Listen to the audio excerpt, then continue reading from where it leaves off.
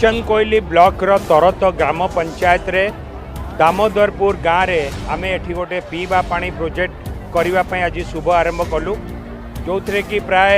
74 लाख टंका खर्च हम एवं एठी गोटे 1 लाख लिटर पानी रे गोटे ओवरहेड टैंक हम एवं ये जो प्रोजेक्ट होची ये प्रोजेक्ट रे प्राय आम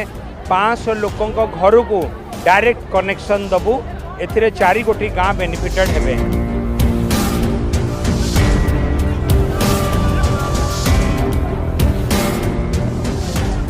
प्रताप बाबू आमर एमएलए एवं माननीय मंत्री अच्छा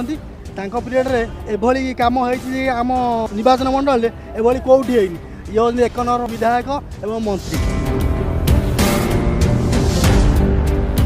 मंत्री तो समस्त सुविधा कर खाद्य जोगाण जल जोगाण इंदिरा आवास मंत्री भल कम आम कर भारी खुशी।